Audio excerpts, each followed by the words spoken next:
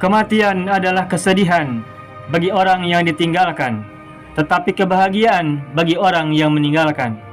Kematian adalah kebebasan bagi jiwa yang tak lagi menginginkan dunia, dan kerangkeng bagi mereka yang masih terikat dengan dunia. Kematian akan merindukan orang yang merindukannya, dan membenci orang yang membencinya. Kematian adalah istirahat dari keburukan, dan pengalaman baru dalam perjalanan. Gerbang dunia dibuka dengan kelahiran, gerbang akhirat juga dibuka dengan kelahiran. Dalam kacamata penduduk dunia, kelahiran di dunia adalah kehidupan, dan kelahiran di akhirat adalah kematian. Namun bagi penduduk akhirat, kematian dari dunia adalah kehidupan. Sebagaimana kelahiran dunia berarti melepaskan diri dari bau amis dalam kandungan, begitu juga kelahiran akhirat berarti melepaskan diri dari bau amis duniawi. Sebagaimana kelahiran dunia disambut oleh penduduknya, begitu pula kelahiran akhirat akan disambut oleh penduduk akhirat pula. Ruh membutuhkan raga untuk lahir dan hidup di dunia, dan ia harus melepaskannya lagi saat meninggalkan dunia. Setiap jiwa akan melepas raganya, karena raga tak akan sanggup menembus alam kehidupan berikutnya. Raga cukup ditinggalkan di dunia, tugasnya selesai begitu terpisah dengan jiwanya. Sementara jiwa akan tetap pergi, baik terpaksa maupun sukarela. Jiwa yang tenang tak akan mengenggani kematian, sebagaimana ia tak akan membiarkan sia-sia kehidupan. Kehidupan dinikmati dan disyukuri, kematian diingini dan siap untuk dijalani. Kematian bukan sekedar kepergian tanpa kepulangan. Ia adalah kelanjutan dari kesatuan panjang perjalanan. Perjalanan pergi dari Tuhan, sekaligus perjalanan kembali kepadanya. Jika kehidupan adalah perjalanan nusyur kepada Tuhan, maka kematian adalah perjalanan masir menujunya. Ilaihin nusyur wa ilaihil masir, menyebar kepada Allah dan juga kembali kepadanya.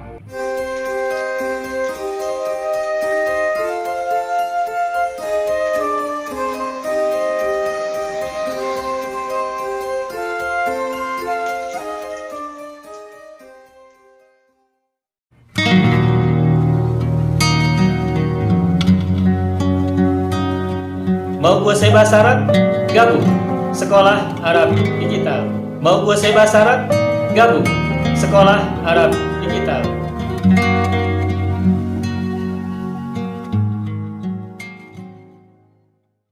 Assalamualaikum warahmatullahi wabarakatuh. Waalaikumsalam warahmatullahi wabarakatuh.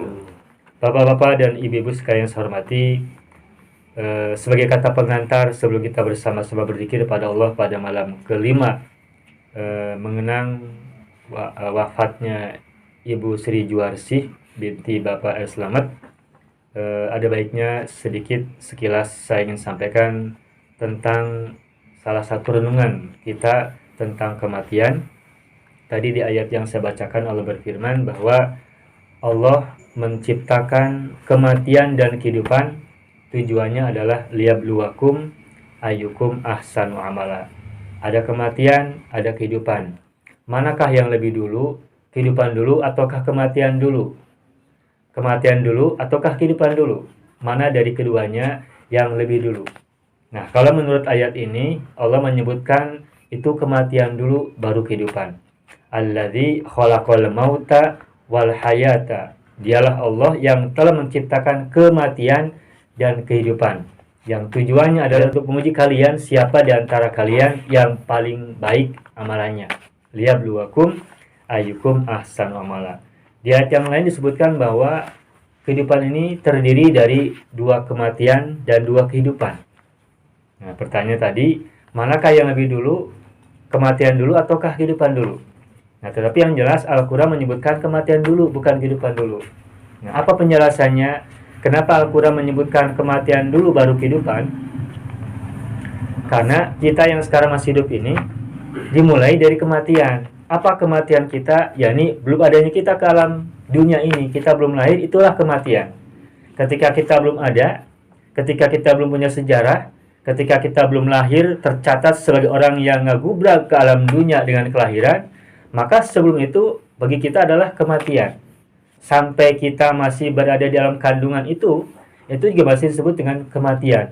Kenapa? Karena ketika itu kita masih tiada, belum mensejarah, belum punya cerita, belum punya catatan siapa nama, lahir tanggal berapa, orang tuanya siapa, belum punya catatan. Baik catatan secara administratif maupun catatan di ingatan orang-orang sekitar kita yang masih hidup. Ketika seorang lahir, maka dunia menyaksikan, orang-orang sekitar menyaksikan bahwa si A, si B lahir atas nama dengan diberi nama oleh orang tuanya siapa orang tuanya, siapa bapaknya, siapa ibunya, siapa kakek dan neneknya, dan seterusnya, lahir di mana, kabupatennya apa, dan seterusnya tercatat. Dan orang-orang juga menyaksikan orang itu lahir. Nah, ketika sudah lahir, maka mulailah kehidupan. Sebelumnya kematian, dan setelah lahir, maka tercatatlah kehidupan. Itu pertama, kematian. Yang pertama adalah ketika belum lahir, dan kehidupan yang pertama adalah dimulai ketika sudah lahir. Lalu, kapan kematian yang kedua? Kematian yang kedua adalah ketika kehidupan dalam dunia berakhir. Nah, ketika seseorang sudah meninggalkan dunia menuju alam keabadian itu, maka itu disebut sebagai kematian yang kedua. Dan nanti pada akhirnya ketika kematian yang kedua itu sudah selesai, lalu dibangkitkan dari tidurnya, tidur panjangnya atau dari kematian yang kedua itu, maka barulah kemudian muncul kehidupan yang kedua yang disebut sebagai kehidupan yang abadi. Maka ketika disebut sebagai ada dua kematian, ada dua kehidupan, maka kematian pertama adalah ketika belum lahir, kehidupan yang pertama adalah kelahiran, kematian yang kedua adalah ketika kematian dari alam dunia, dan kehidupan yang kedua adalah kebangkitan setelah kematian atau setelah seseorang berada di alam barzakh. Nah, kenapa ada kematian, kenapa ada kehidupan? Allah berfirman yang tadi kita bacakan, tujuannya adalah untuk menguji siapakah di antara umat manusia itu yang terbaik amalannya. Yang dinilai bukan yang terbanyak hartanya, bukan terbanyak ilmunya, bukan terbanyak atribut-atribut dunia yang lain, tetapi yang Allah maksudkan dengan penciptaan kematian dan kehidupan itu tujuannya adalah untuk menguji manusia semuanya siapakah yang terbaik amalannya, bukan terbanyak hartanya, bukan terbanyak ilmunya, tapi yang terbaik amalannya. Tidak menjamin orang yang punya banyak ilmu banyak amalannya, tidak menjamin orang yang punya banyak harta banyak amalannya, tidak menjamin. Maka buat kita semuanya ini adalah ayat yang sangat bermakna buat kita, memberikan harapan bahwa untuk menjadi terbaik amalannya tidak bergantung siapa yang paling banyak ilmunya, siapa yang paling banyak hartanya, tapi siapapun punya kesempatannya sama.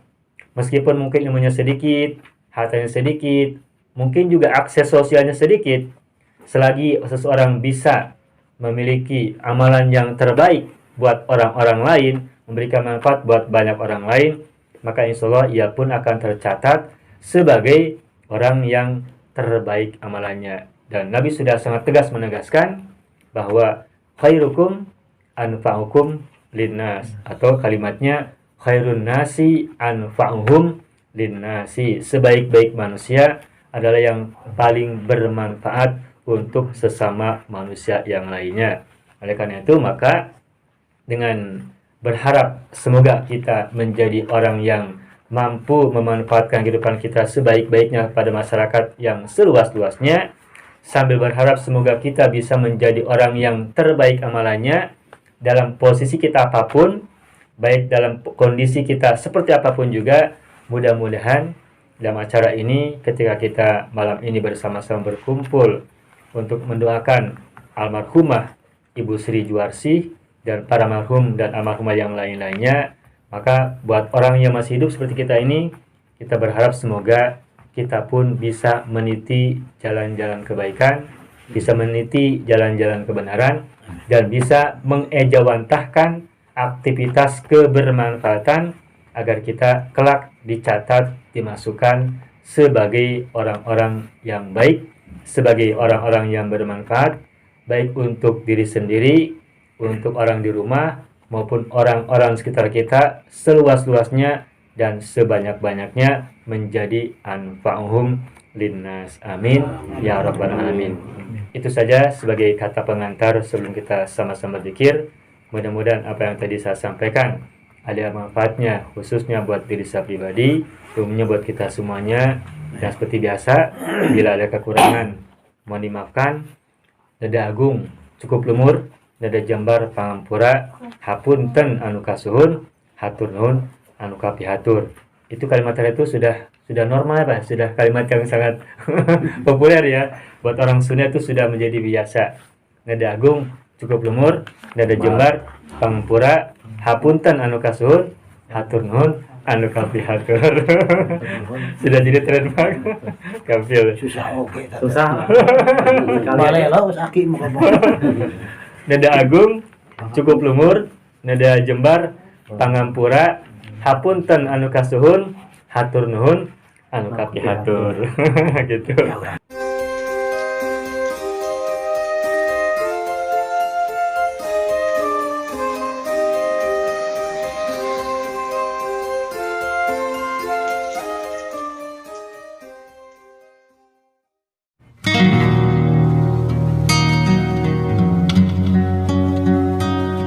Mau kuasai bahasa Arab? Gabung Sekolah Arab Digital. Mau kuasai bahasa Arab? Gabung Sekolah Arab Digital.